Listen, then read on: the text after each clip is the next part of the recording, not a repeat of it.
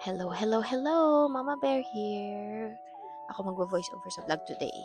Wala kami magawa, so nagtingin kami ng bahay. Next community lang to after ours, which is Legacy. This is in the deep south ng Calgary. So yeah, this house is by Morrison Homes. And it's the Linwood. It's 3,000 plus square foot without the basement. So, malaki siya.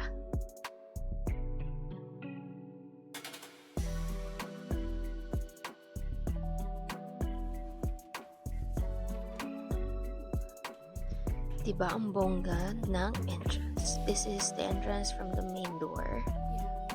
Ang ganda ng staircase. So, ang first namin na explore is the main floor.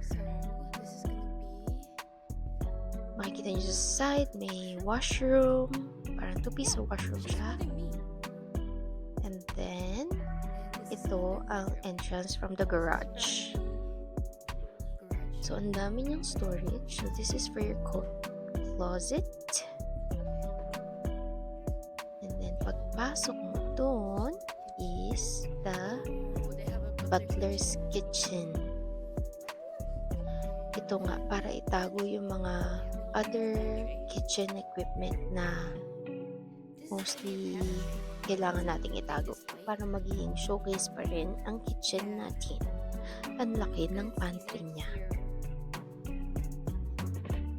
At ang ganda ng storage ng cabinetry. Then here, papasok na nga kami sa kitchen. Diba? Ang wow! Ang ganda nung stove and oven niya. Mas gusto nga namin yung gas. And then here is the fridge. Nakatago din, diba? Hindi mo halatang fridge siya. So one of those will be a freezer for sure. I love the Papa Bear. I like their stove top. Medyo na speechless nga ako sa bahay na to. Sa ganda niya. Diba? Okay. Sana next manalo sa loto. Oink. Tapos ito yung dining nook.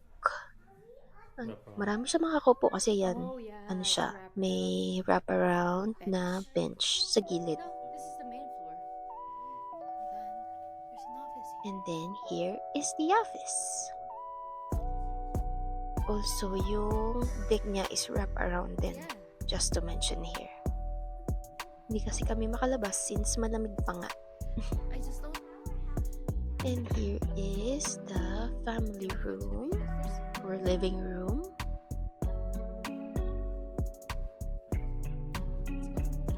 And then we're gonna go up.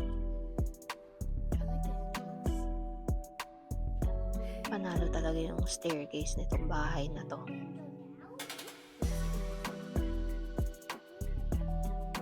That's why we all And then pag akyat mo, nandyan din yung family room. Another family room. with a touch of dark.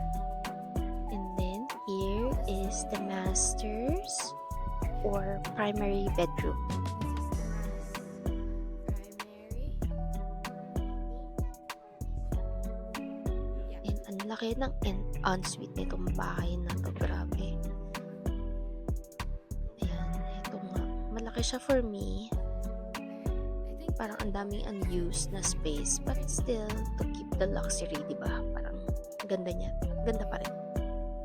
Eh, nakatago ang toilet. Tapos may powder area ka dyan. So, pwede ka mag-makeup dyan.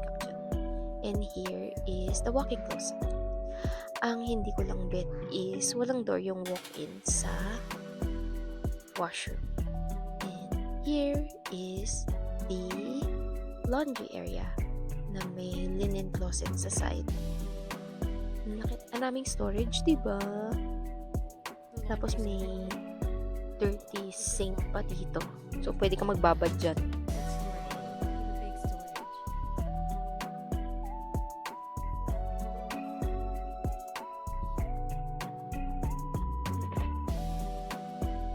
Ito, papunta na kami dun sa 2 more bedrooms. First is the shared washroom. Ang hindi lang namin bet dito sa shared washroom na to, hindi nakahiwalay yung toilet sa shower.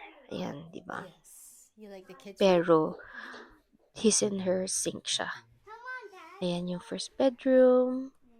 And meron na siyang walk-in. Demi, Yun nga yung look, bago sa mga bahay ngayon. there's a walk-in Lahat ng closet. room may walk-in closet na.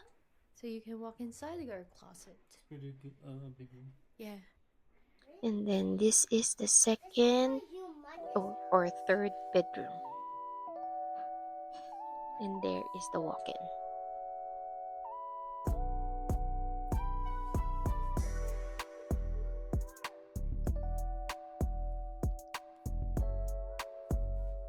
Ito nga, babalikan pa ni Daddy Yeah, yung let's go. laundry area nito kasi na-impress siya dun sa suit. What? Ano ba yun? Steamer or whatever. Hindi ko maalala kung ano siya. Ayan. Fridge Oh daw. no, that's a like a. Paano? Kala ko dryer ng mga suit o yung pang tawag dun. Yung pang oh well, later. Ayan, ito na nga. Papunta na tayo sa basement. Spacious din ang basement nitong bahay na to.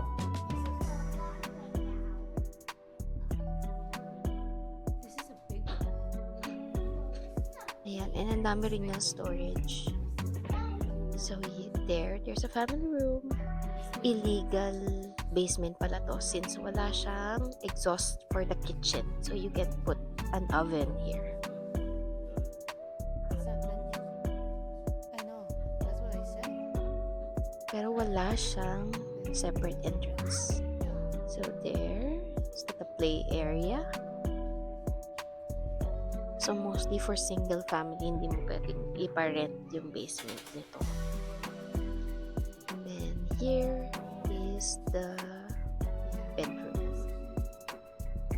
Medyo nerdy nga kami. Lagi namin tinitingnan yung mechanical area ng bahay.